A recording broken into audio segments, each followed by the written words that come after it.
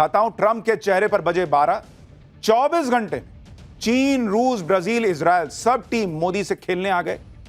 Jinping की Putin से बात, फिर पुतिन ने मोदी को फोन घुमाया। ट्रंप का डब्बा गोल करने वाला प्लान तैयार। ट्रंप कर रहे भिखारी पाकिस्तान का इंतजार। उधर चीन ने पीएम मोदी के वेलकम के लिए गजब ऐलान कर दिया। इधर भारत, रूस, चीन की दोस्ती, उधर अमेरिका में बढ़ गई महंगाई। दादागिरी करते अमेरिका के सुर बदलने लगे हैं क्या? अब इसका चैप्टर खोलता हूं। भारत से पंगा लेकर डोनाल्ड ट्रंप चौतरफा गिरते जा रहे हैं। खुद अमेरिका में ट्रंप के खिलाफ माहौल बनने लगा है। इसके अलावा ग्लोबल लेवल पर भी ट्रंप के खिलाफ 4 देशों की चौकड़ी इकट्ठा होने लगी, जिससे ट्रंप का डब्बा गोल होने वाला है। आप देखिए, पीएम मोदी ने कहा कि धमकियों के आगे झुकेंगे नहीं। ब्राजील के राष्ट्रपति ने पीएम मोदी से बात की। टैरिफ के खिलाफ चीन ने भारत का समर्थन कर दिया। पीएम मोदी खुद चीन की यात्रा पर जाने वाले हैं। रूस के राष्ट्रपति पुतिन भारत आने वाले हैं। इजराइल के पीएम नेतन्याहू भारत आ सकते हैं। भारत अमेरिका से बिजनेस डील की समीक्षा कर रहा है। अमेरिकी कंपनियों के साथ डील रद्द की जा सकती है, ऐसी भी कुछ खबरें चली, लेकिन बाद में कहा गया कि नहीं भाई, वो अभी मामला ऐसा कुछ है नहीं। यानी भारत, रूस, चीन, ब्राजील, इन 4 देशों की चौकड़ी एक साथ आ रही है और दूसरी तरफ ट्रंप अकेले पड़ते जा रहे हैं। अमेरिका में लोग अब खुद ट्रंप टैरिफ की आंच महसूस कर रहे हैं। ट्रंप की मुश्किलें कैसे बढ़ रही हैं, भारत कैसे अपने हितों की रक्षा करते हुए ट्रंप के टैरिफ का जवाब दे रहा है, ये सब आज आपको बताऊंगा। लेकिन पहले ट्रेलर देखिए कि कैसे मोदी और भारत को घेरने निकले ट्रंप खुद फंस गए।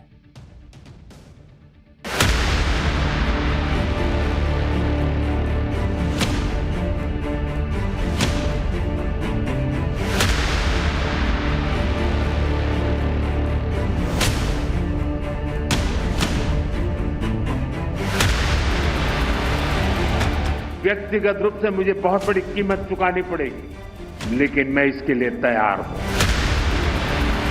No, not until we get it resolved.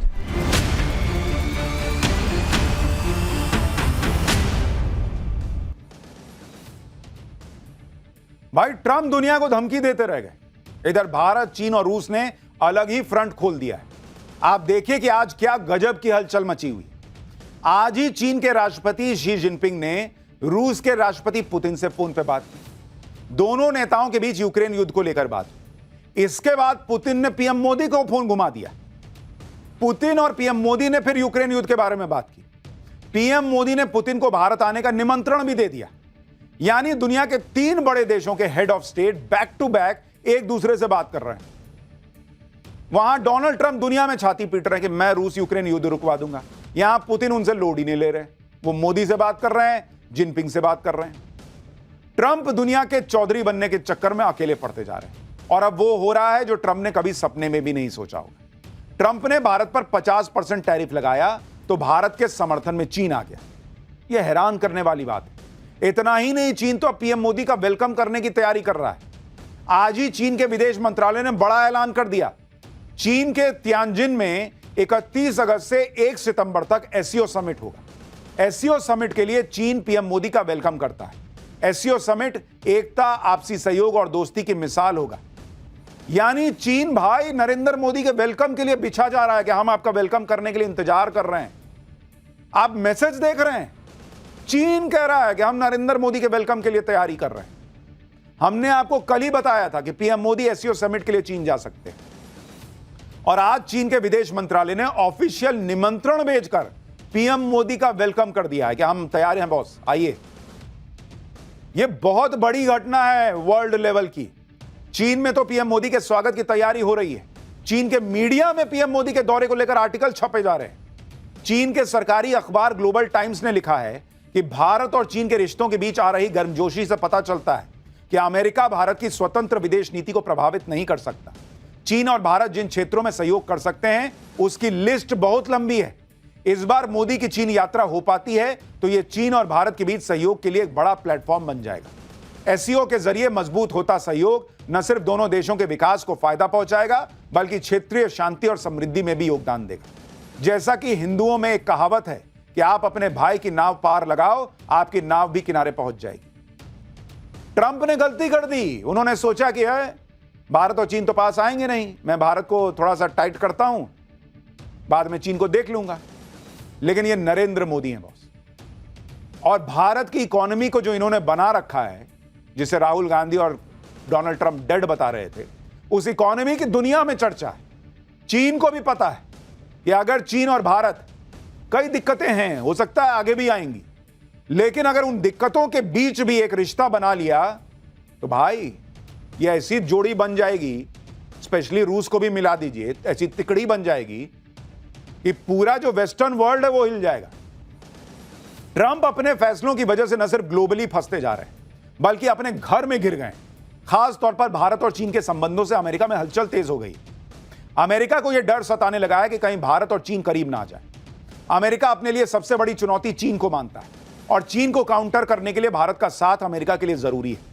अमेरिकी विदेश विभाग के प्रवक्ता ने कहा है कि भारत हमारा एक रणनीतिक साझेदार है जिसके साथ हम पूरी स्पष्टता और ईमानदारी के साथ संवाद करते हैं और आगे भी यह जारी रहेगा। देख रहे हैं भाई का टोन बदलने लग गया कि हम बहुत अच्छे दोस्त हैं, खुल के बात करते हैं, आगे भी करेंगे। अब अमेरिका ईमानदार डायलॉग की वकालत करने पे आ गया है। यह होता है मैसेजिंग का असर। पीएम मोदी के चीन जाने की खबर का यह असर अभी शुरुआती है बॉस। अभी मोदी चले गए और यहां पुतिन आ गया।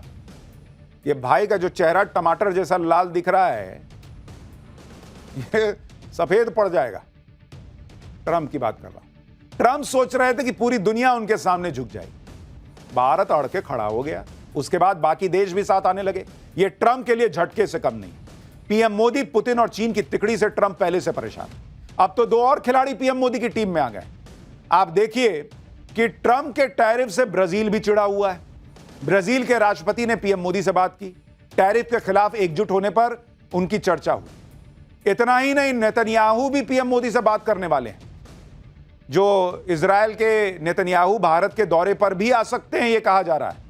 यानी हालत यह हो गई है कि ट्रंप पीछे पलट के देखते हैं तो देखते हैं कोई है ही नहीं है साथ में। उधर भिखारी मुनीर दिखता है कटोरा लिए हुए। अब नरेंद्र मोदी पीछे मुड़ के देखते हैं तो देखते हैं अरे जिनपिंग भी खड़ा है, अरे पुतिन भी खड़ा है, अरे देखें, अरे लूला डी सिल्वा भी आ गया, अरे देखो और कौन, देखो ये भी आ गया, नेतन्याहू भी आ गया। ये माहौल हो रखा है।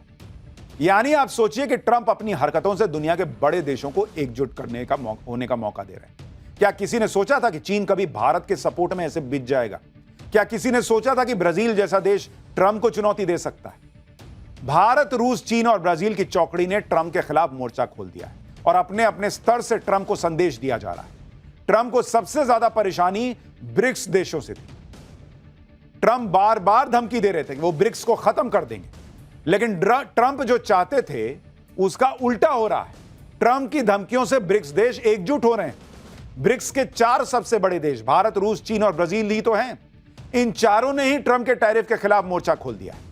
आप देखिए कि भारत कह रहा है कि ट्रंप का टैरिफ एक तरफा फैसला है।